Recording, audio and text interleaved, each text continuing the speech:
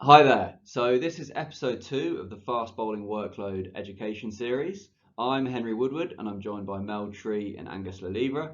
Today we're going to discuss lumbar bone stress injuries, specifically what, why and how. Mel will lead us off. Thanks, Henry. So, what is a lumbar bone stress injury? A lumbar bone stress injury is an accumulation of microtrauma to the bone at the posterolateral vertebral arch of the lumbar spine, the region of bone that you can see circled in the top left diagram. Lumbar bone stress injuries often occur when the bone is unable to withstand repetitive bouts of mechanical loading in the area, causing increased bone strain and structural fatigue at the site. The neural arch containing the pars interarticularis and pedicle are the common sites of lumbar bone stress injuries in fast bowlers because of their narrow structure and relative delayed maturation. These injuries range in severity and can present in the form of bone edema, an incomplete fracture, or complete fracture line at the site. Because the fast bowling action requires the lumbar spine to repeatedly enter a combination of extension, rotation, and lateral flexion, fast bowlers are more susceptible to lumbar bone stress injuries. They mostly occur in fast bowlers under the age of 22 at the L4 and L5 vertebra and are almost always on the side opposite to the bowling arm. So why are lumbar bone stress injuries a problem? They're the most prevalent injury in cricket, with a time loss that can exceed 8 months depending on the injury severity. Compared to other sports, the injury incidence in cricket is 32%. Baseball is 27%, tennis is 12%, and soccer is 13%, while the general population has an incidence of 4 to 6%. The fluctuating incidence of injury across sports tells us that the repetitive loads in the sport are a contributing factor to lumbar bone stress injuries. Males develop lumbar bone stress injuries more commonly than females with a ratio of 2 to 1, but this may change over the next few years as women's cricket becomes more professional with increased match play opportunities. Fast bowlers need to build skeletal robustness, physical capacity, and skill by both training and bowling. This significant time away from cricket can not only affect the development of fast bowlers, but it can affect a team's overall performance. If you recall in the previous episode, we discussed how fast bowlers are match winners, where match availability can be attributed to team success. This means if a fast bowler is unavailable for a match, the greater likelihood the team will not perform as well. Within our male Cricket New South Wales Academy programs, lumbar bone stress results in the largest time loss due to injury. As you can see on the graph, it disproportionately affects the fast bowling cohort more so than the rest of the squad, and this has been accentuated over the last 2 seasons in particular.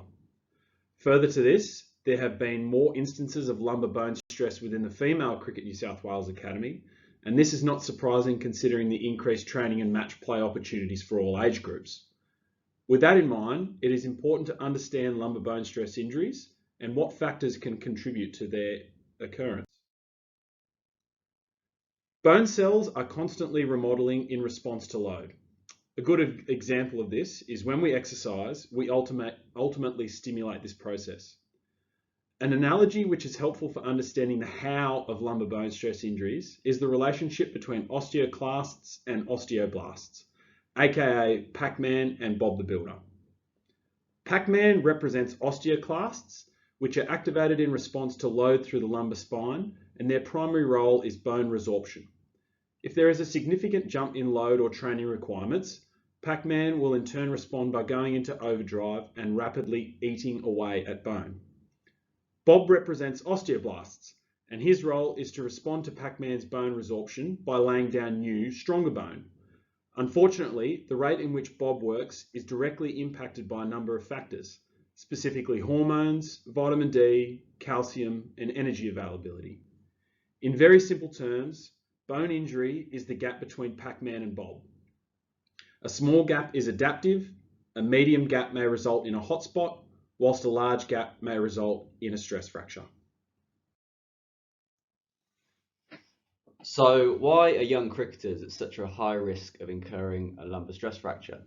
Well, as with most injuries, there are so many different factors that can cause a stress fracture to occur.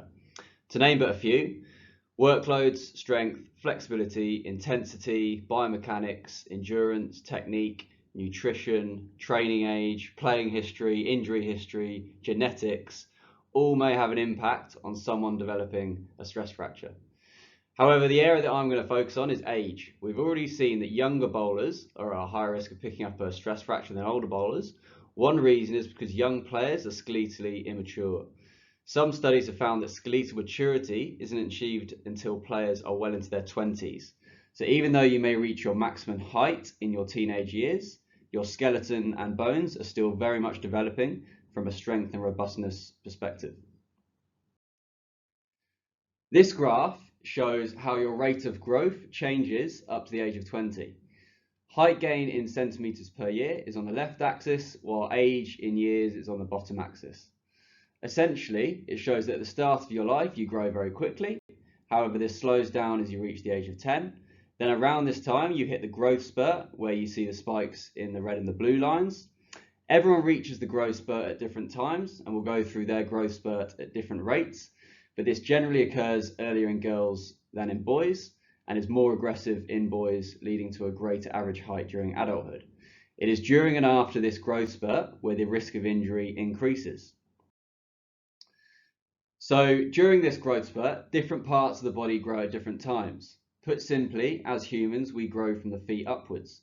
So early on in the growth spurt, there is an increased risk of foot and ankle injuries like severs.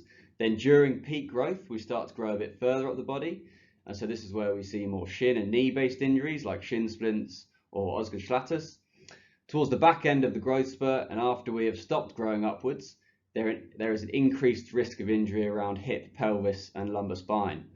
This normally coincides with the back end of our teenage years, and so is a factor contributing to why young bowlers at this age are at an elevated risk of incurring a lumbar spine bone injury. This concept that we grow from the feet upwards is also why we see an increase in leg length before torso length and why upper body strength tends to be delayed behind lower body strength.